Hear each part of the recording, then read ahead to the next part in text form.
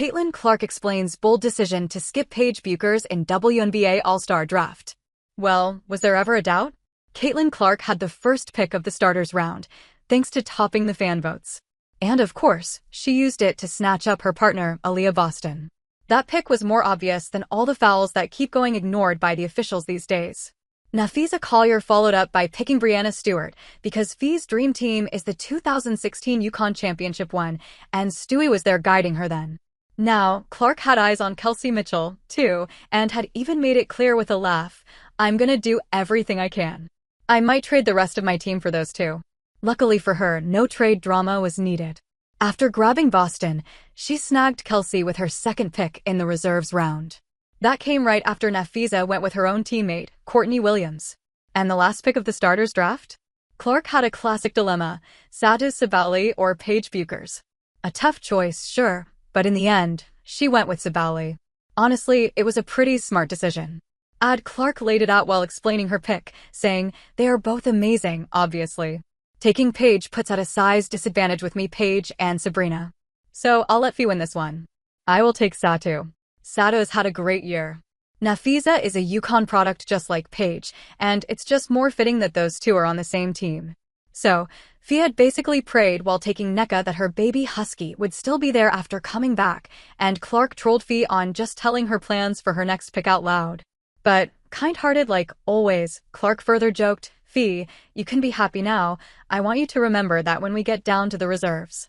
I let her pick two in a row basically. While Clark had the opportunity to disrupt Collier's strategy, choosing Sabally over Bueckers was a logical move. Both Clark and Bueckers are natural point guards, and having them on the same team would force one into an unfamiliar role. In contrast, the 6'4" Sabally adds much-needed size and rebounding to a lineup that already features two smaller guards, Clark at 6 feet and Ionescu at 5 feet 11. Sabally has been outstanding in her first season with Phoenix, averaging a career-high 19.1 points, 7.7 rebounds, and 2.6 assists per game, making an impact on both ends of the floor. Meanwhile, Bueckers has been impressive in Dallas, too, averaging 18.2 points, 5.5 assists, and 4.1 rebounds through the first 15 games of her career. Sabally is noticeably ahead in rebounds while Bueckers is ahead in the assists criteria, and Clark already had that covered with herself and Ionescu. With Clark setting the table for both Sabally and Aya Wilson, this squad promises to be a dynamic and exciting watch. The friendly banter between Clark and Collier was constant, but by the end, both captains had built impressive rosters. Aya Wilson, the Aces 6X All-Star and franchise cornerstone, gives Team Clark a dominant presence in the paint and a defensive anchor. Jackie Young, one of the league's premier two-way guards, adds perimeter strength and scoring versatility. On the other side, Collier secured 10-time All-Star Nneka Agwemike, a proven three-level scorer, and Bueckers, whose midi has already become one to be feared. The forward secured another Clark versus Angel Reese matchup when she picked Reese for her team. They were teammates on Team WNBA during the 2024 All-Star Game, but will be opponents this time around. Clark and Collier's draft day deal. Clark and Collier have long shared a strong friendship, with the Minnesota Star publicly praising Clark's transformative impact on the game last year.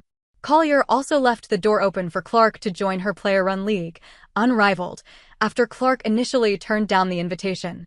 That mutual respect and connection were on full display during the All-Star draft, as both captains appeared to coordinate selections to ensure they each landed the players they most wanted on their respective teams. Clark was already very transparent with her picks, as she wanted Boston and Kelsey Mitchell on her side. She also let Collier have her UConn protege in Bueckers, while Collier did not step on Clark's toes when it came to Mitchell.